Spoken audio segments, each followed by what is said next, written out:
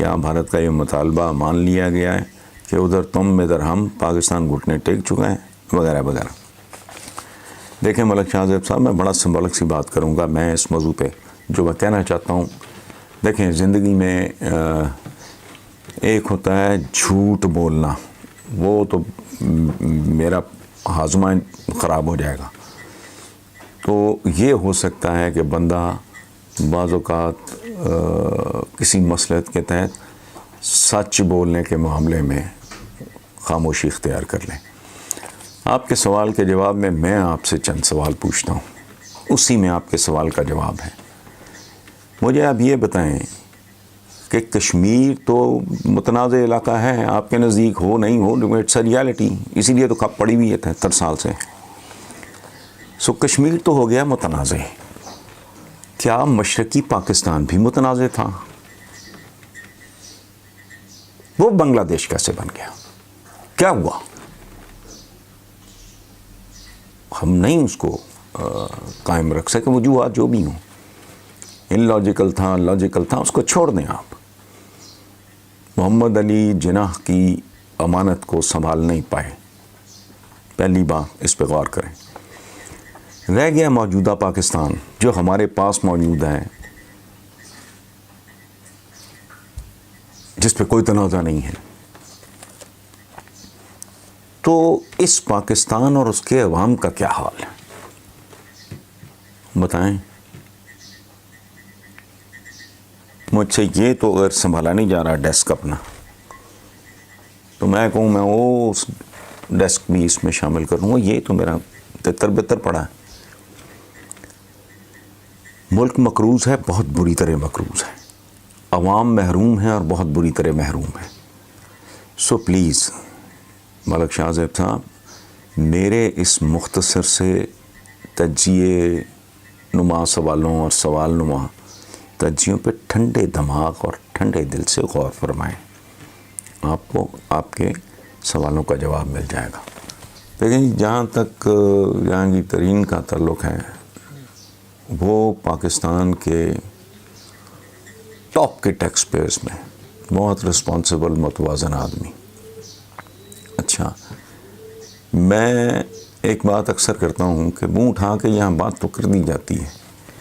ایک business house ہے، مثلا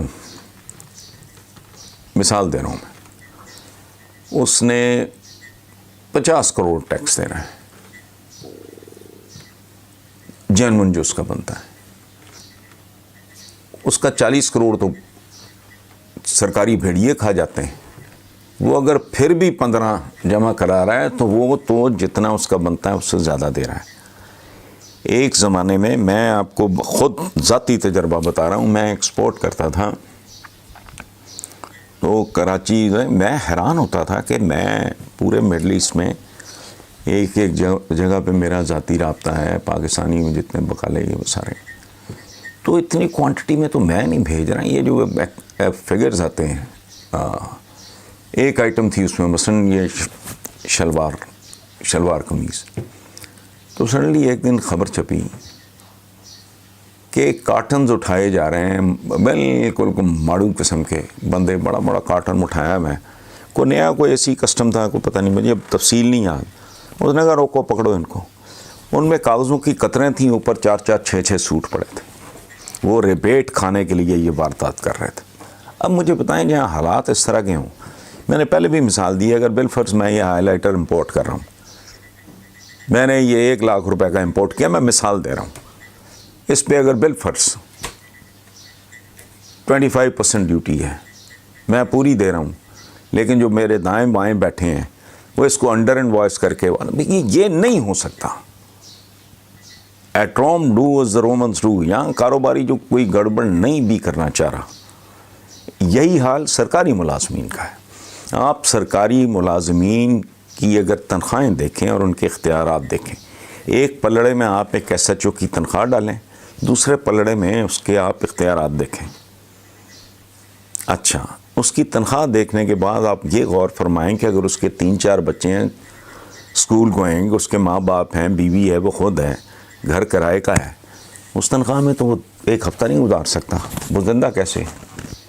ہاں ایک صورت ہو سکتی ہے کہ اس کے سسرال اسے فیڈ کر رہے ہوں، فائننس کر رہے ہوں، یا اس کے ماں باپ اتنے تگڑے ہوں اس طرح کے لوگ، تو میرا خیال ہے کہ 1000 2000 5000 میں ایک آدھ خاندان ہوتا ہوگا جو ٹور ٹپے کے لیے یہ کام کرتے ہوں گے اور دانے گھر سے آتے ہوں گے.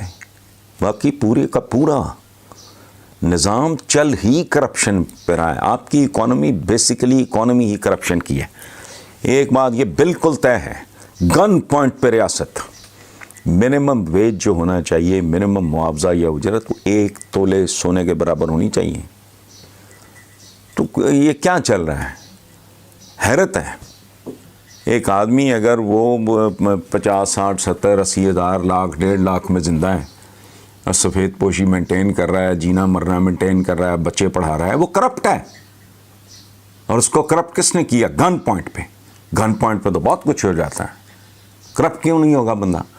پورا نظام بنیادی طور پہ جھوٹ والی یہ بات ہے. اچھا باقی آپ نے کہا کہ جی احتساب کا عمل درست سمت میں جا رہا ہے. دیکھو اپنا رضا صاحب سمت کا تو مجھے علم نہیں، جس طرح جو سمت ہے وہ آپ بھی جانتے ہیں، میں بھی جانتا ہوں، میں نے اس پہ کیا تبصرہ کرنا ہے. لیکن یہ انداز بہت بھونڈا اور جلد بازی والا ہے. یہ اتنی قدیم بیماری راتوں رات یا ہفتوں میں یا مہینوں میں آپ اس کا علاج کرنا چاہ رہے ہو. How is that possible? پورا معاشرہ ایک خاص طرح کے کینسر کی لپیٹ میں ہے. یہ تو بچنے کے لیے تو بڑی بات ہے. آپ اوور نائٹ اس کا علاج کرنا چاہ رہے ہو، ایسے نہیں ہوتا. اس کام کے لیے بہت زیادہ صبر، ضبط، تحمل، بردباری، گہرائی، گیرائی کی ضرورت ہے. اور یہ کام صرف مرحلہ وار ہو سکتا ہے، ایسے نہیں. یا پھر اس جعلی جمہوریت پہ لعنت بھیجو، چین والا نظام اپناؤ، ورنہ 100 جوتے بھی پڑیں گے، 100 پیاز بھی کھانے پڑیں گے. یہ ہو سکتا ہی نہیں. حکمران بات کرتے ہیں ریاست مدینہ کی. او بھائی، بنی نوع انسان کی تاریخ کا سب سے حسین عالی شان انسان، ان کو بھی تقریباً 2 اشرے لوگوں کو اٹھنا بیٹھنا کھانا پینا بیہیو کرنا، ایک دوسرے کے ساتھ تعلق، ہر چیز ان کو گروم کرنے میں، ان کی تربیت کرنے میں، اگر دنیا کی سب سے خوبصورت ہستی کو اتنا وقت لگا. لوگ جب اسلام قبول کرتے تھے تو یہ تھوڑی ہے کہ وہ راتوں رات ان کا سب کچھ بدل جاتا تھا. نہیں، یہ بے شمار بڑے خوبصورت جملے ہیں کہ یار ایک دوسرے کو مسکرا کے ملنا بھی. مسلمان جب ایک دوسرے کو مسکرا کے ملتا ہے تو صدقہ ہے وہ. اچھا یہ کیا تربیت ہے کہ پھل کھا کے چھلکے باہر نہ پھینکو؟ ممکن ہے پڑوسی کے بچوں کو احساس محرومی ہوگا اگر ان کے پاس پھل نہیں ہوگا. یتیم بچے کے سامنے اپنے بچے کو پیار مت کرو، اس کا یہ بھوک چھوڑ کے کھاؤ. اپنے گھر میں داخل ہونا ہے دستک دے کے ہو. حضرت بلال کا اپنا سٹیٹمنٹ اتنا خوبصورت ہے. ان کو ڈانٹ پڑا کرتی تھی، ان کا وہ ہاتھ کھلا نہیں تھا تو حضور کہا کرتے تھے کہ کیوں اتنا، کھجوریں بھی پڑی ہیں، ستو بھی پڑا ہے، فلاں جو کچھ بھی ان دنوں.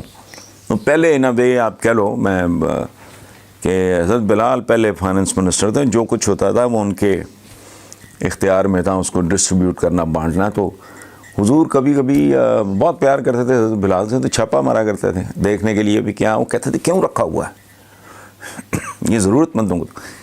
بتدریج تربیت ہوئی ہے. یہ جسے ہم خمر کہتے ہیں، حالانکہ وہ غلط ہے، وہ اور سائنس ہے. خمر سے لے کے کمار بازی تک یہ کوئی راتوں رات والا نہیں ہے کہ ایک آرڈیننس جاری کیا ہو گیا، اس طرح نہیں. جاؤ الٹا لٹک گیا. چونکہ وہ مبنی بر منافقت تھا، اس کے پیچھے کوئی اسٹریٹجی نہیں تھی، اس کے پیچھے کوئی گہرائی نہیں تھی.